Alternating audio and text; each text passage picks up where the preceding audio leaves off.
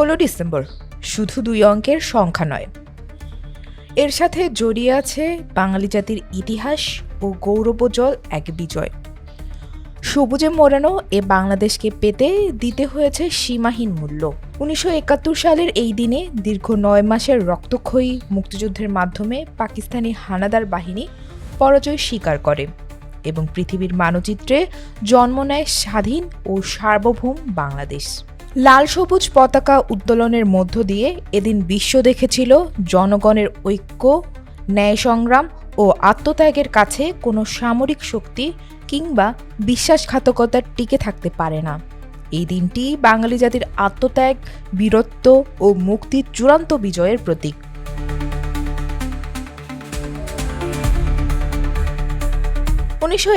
সালে ২৬ মার্চ স্বাধীনতার ঘোষণা দেওয়ার পর শুরু হয় সশস্ত্র মুক্তিযুদ্ধ। দেশের সাধারণ মানুষ, ছাত্র, কৃষক, শ্রমিক সহ সর্বস্তরের জনগণ মুক্তিযোদ্ধা হিসেবে যুদ্ধে ঝাঁপিয়ে পড়ে।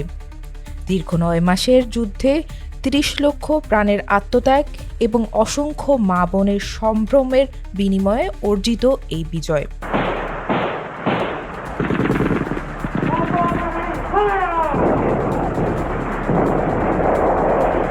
16 ডিসেম্বর ঢাকার রেসকোর্স ময়দানে পাকিস্তানি সেনাবাহিনীর প্রধান লেফটেন্যান্ট জেনারেল A.A.K. ইনিয়াজি যৌথ বাহিনীর কাছে আনুষ্ঠানিকভাবে আত্মসমর্পণ করেন।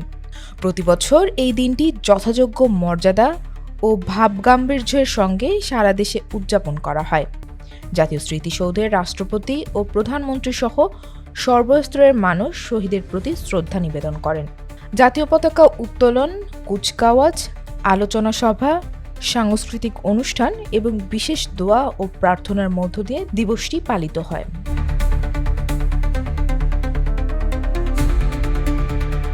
বিজয় দিবস আমাদের শেখায় অন্যায়ের বিরুদ্ধে কিভাবে রুখে দাঁড়াতে হয়, দেশের স্বাধীনতা, সার্বভৌমত্ব রক্ষার দায়িত্ব। এই দিনটি নতুন প্রজন্মকে মুক্তিযুদ্ধের চেতনা ধারণ করে দেশ গঠনে আত্মনিয়োগ করার অনুপ্রেরণা যোগায়। মহান বিজয় দিবসে আমরা শ্রদ্ধাভরে স্মরণ করে সকল শহীদ ও বীর মুক্তিযোদ্ধাকে, যাদের আত্মত্যাগে আমরা পেয়েছি লাল সবুজের স্বাধীন বাংলাদেশ।